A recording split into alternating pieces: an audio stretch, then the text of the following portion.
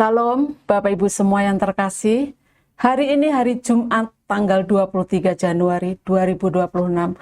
Kami senang sekali masih bisa menjumpai Bapak Ibu semua. Renungan kita hari ini berjudul The Lady with the Lamb. Firman Tuhan kami ambil dari kitab Galatia, pasal yang kelima, ayat yang ke-13. Demikian bunyi firman Tuhan. Saudara-saudara, memang kamu telah dipanggil untuk merdeka, tetapi janganlah kamu mempergunakan kemerdekaan itu sebagai kesempatan untuk kehidupan dalam dosa, melainkan layanilah seorang akan yang lain oleh kasih. Wanita itu bernama Florence Nightingale, berasal dari keluarga yang kaya, terhormat, dan berpendidikan tinggi. Sejak muda ia merasa hidupnya kosong jika hanya mengikuti harapan dunia, pesta, pernikahan, dan status sosial. Dalam keheningan doanya, ia merasakan panggilan yang kuat dari Tuhan untuk melayani mereka yang menderita. Namun ketika ia mengutarakan keinginannya untuk menjadi perawat, keluarganya marah besar dan menganggap itu pekerjaan rendahan. Tetapi dia tetap teguh dalam panggilannya itu.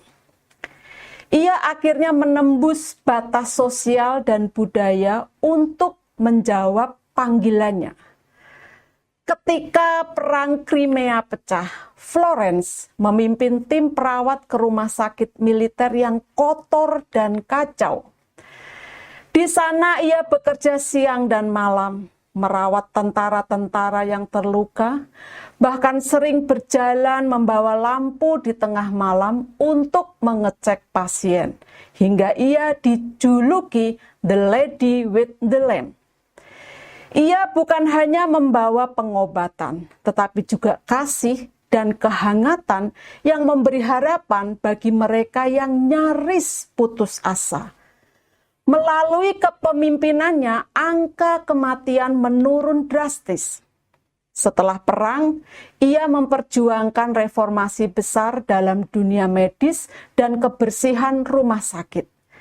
Ia menulis buku-buku medis, mendirikan sekolah keperawatan, dan memperjuangkan kesehatan publik. Meski kesehatannya sendiri mulai menurun, ia tidak berhenti menulis, melatih, dan mempengaruhi kebijakan pemerintah. Hidupnya bukan untuk kenyamanan, tetapi untuk pelayanan. Florence mengajarkan bahwa panggilan dari Tuhan seringkali membawa kita keluar dari zona nyaman. Dunia mungkin mengukur kesuksesan lewat ketenaran dan kekayaan. Tetapi Tuhan melihat hati yang mau melayani. Kita pun dipanggil untuk memperhatikan mereka yang terabaikan, menderita, dan dilupakan. Bukan hanya perawat yang dipanggil untuk merawat, tetapi setiap kita bisa menjadi tangan kasih Tuhan bagi yang terluka. Apakah kita bersedia merendahkan diri dan menolong mereka yang tak mampu membalas? Jangan remehkan kebaikan kecil, karena sering dari tindakan yang sederhana itulah lahir pengaruh besar.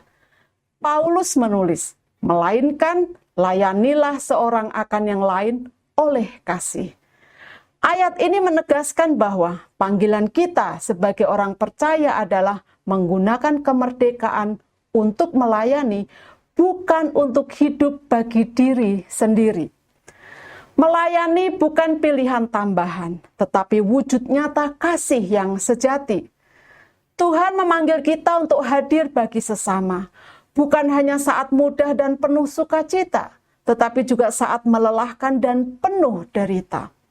Mari kita setia melayani, karena dalam setiap tindakan kasih, kita sedang memperkenalkan Kristus kepada dunia.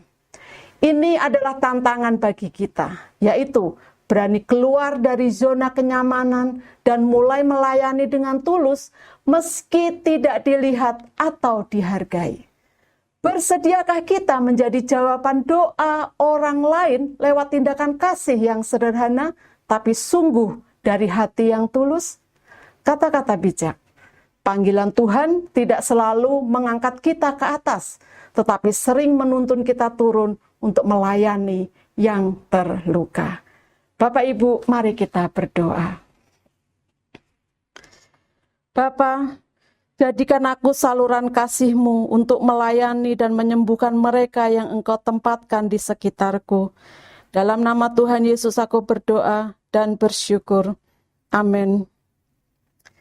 Puji Tuhan, kami mengucapkan selamat berkarya. Tuhan Yesus memberkati kita semua.